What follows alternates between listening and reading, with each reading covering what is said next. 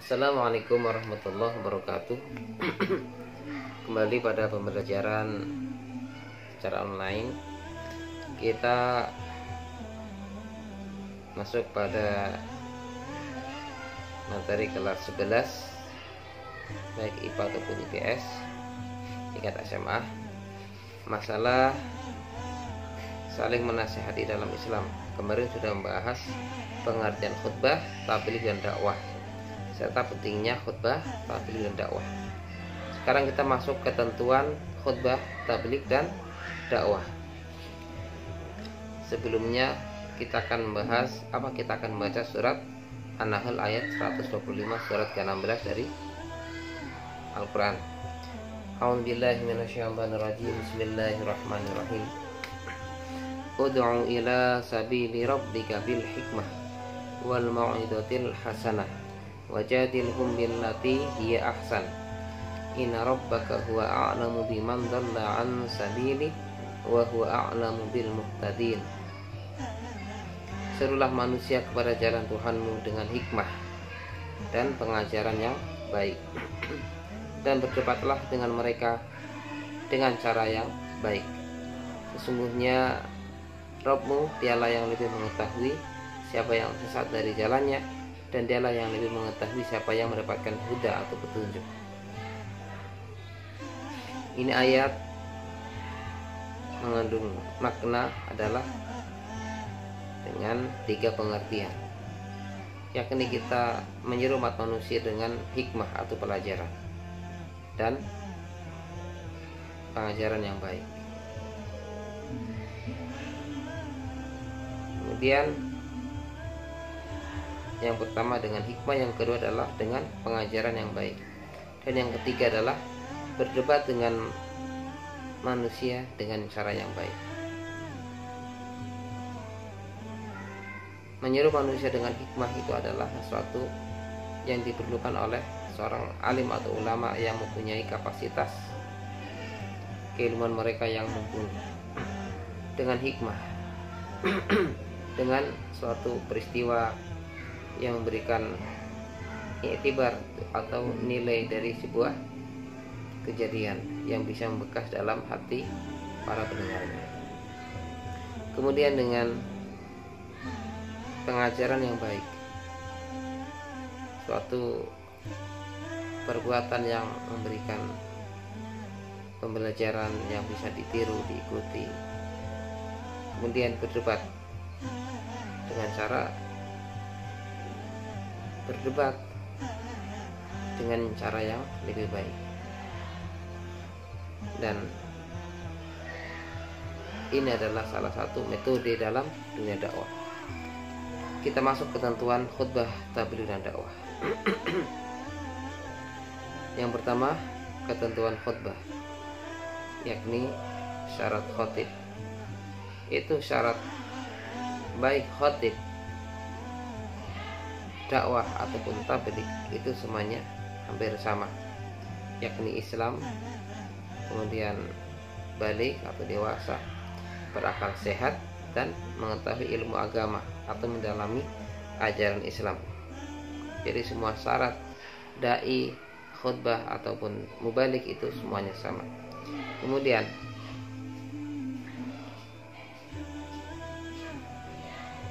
syarat khutbah Jumat maksudnya ya. Khutbah dilaksanakan sesudah masuk waktu zuhur. Kemudian khotib duduk di antara 2 khutbah. Jadi setelah khutbah pertama selesai, khotib duduk ya, duduk sebentar kemudian berdiri lagi.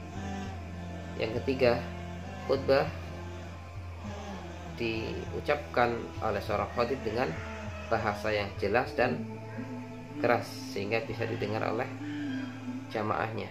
Kemudian yang berikutnya adalah tertib. Kemudian rukun khutbah. Rukun itu sesuatu yang harus ada. Bila dalam suatu ketentuan ibadah tidak sempurna rukun dari rukun tersebut, maka ibadah tersebut tidak sah ya. Rukun khutbah pertama membaca hamdalah, kemudian membaca syahadatain, membaca salawat, berwasiat takwa, membaca ayat Al-Quran pada salah satu khutbah dan berdoa pada khutbah kedua. Contoh pembukaan ya. Alhamdulillah wassalatu wassalamu ala rasulillah wa ala alihi wa sahbihi wa mawalah. Jadi ada hamdalah, puji-pujian dan sholawat. Kemudian asyhadu an la ilaha illallah wahdahu la syarikalah wa asyhadu anna muhammadan abduhu wa rasuluh. Itu membaca syahadatain. Kami berwasiat kepada jamaah sekalian secara umum dan kepada pribadi secara khusus, marilah kita untuk senantiasa menjaga kualitas ketakwaan dan meningkatkan kualitas ketakwaan kita kepada Allah Subhanahu wa taala. Nah, ini wasiat takwa. Kemudian membaca ayat Al-Quran dari antara salah satu khutbah dan berdoa pada khutbah kedua sebelum ditutup khutbah. Kemudian sunnah khutbah dan rukun khutbah. Sunnah khutbah ini bukan hanya untuk khutbah Jumat, bisa khutbah Idul Fitri ataupun Idul Adha ataupun khutbah lainnya. Yang pertama sunnah khutbah adalah khutbah dilakukan dalam keadaan berdiri oleh sang khatib. Kemudian mengawali khutbah dengan memberi salam. Khutbah hendaknya jelas, mudah dipahami dan tidak terlalu panjang. Sunnah khutbah yang berikutnya adalah khatib menghadap jamaah ketika berkhutbah. Kemudian menertibkan rukun khutbah, yakni rukun dari membaca hamdalah sampai berdoa ya pada khutbah kedua, dan baca surat Al-Ikhlas ketika duduk di antara dua khutbah. Ini sunnah. Artinya bisa dilaksanakan dan juga bisa tidak.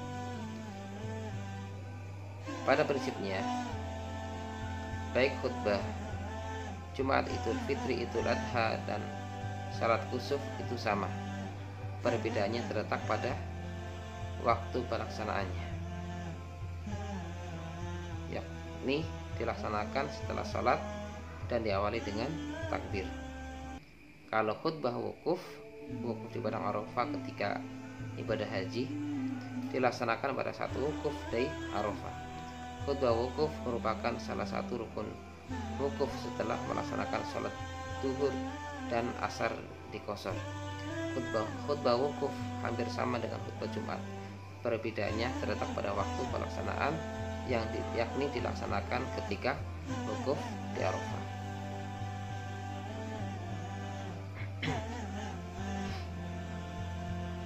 Kemudian yang berikutnya adalah tabligh. Tadi syaratnya sama dengan khutbah Islam, berarti berakal dan mendalami ajaran Islam.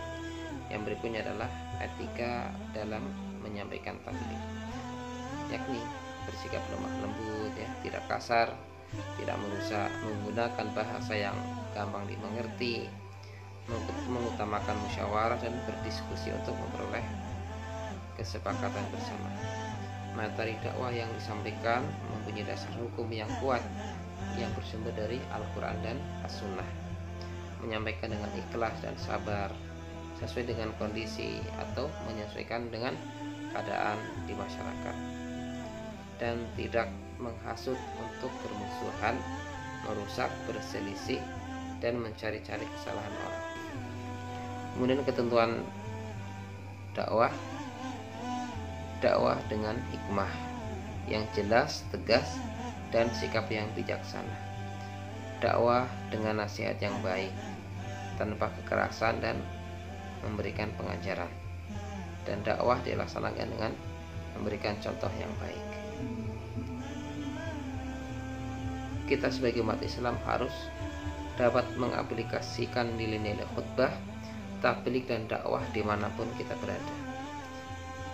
Sehingga ketika melaksanakan sholat, hendaklah mengamati dan menyimak khutbah yang disampaikan khatib, bagaimana etikanya, bacaannya yang dibacanya, serta urutannya. Dengan memperhatikan khatib secara utuh, diharapkan suatu saat nanti bisa tampil sebagai khatib pada waktu salat Jumat. ketika melihat kemungkaran, hendaklah kita mencegahnya, baik dengan tangan atau kekuasaan, ya, baik dengan lisan ataupun dengan hati mengingkari kemungkaran tersebut. Dan kita harus mencontoh ketika melihat sesuatu yang baik, baik menurut agama maupun masyarakat. Hal yang baik harus dimulai dari diri sendiri, hal yang terkecil, dan hendaklah memulai dengan mampu saat ini juga. Karena sesuatu yang baik itu tidak boleh ditunda-tunda. Karena kenapa? Bisa jadi besok ataupun kapan waktu kita sudah tidak memperoleh itu kebaikan tersebut. Kemudian melibatkan diri secara aktif dalam kegiatan-kegiatan seperti pengajian, ya, ceramah, ataupun syiar-syiar Islam di masyarakat dan sebagainya. Kemudian hendaklah kita sebagai bagian dari orang-orang yang meramaikan syiar Islam. Mudah-mudahan materi lanjutan dari saling menasihati dalam Islam ini ada manfaatnya buat kita semua. Sekian, assalamualaikum warahmatullahi wabarakatuh.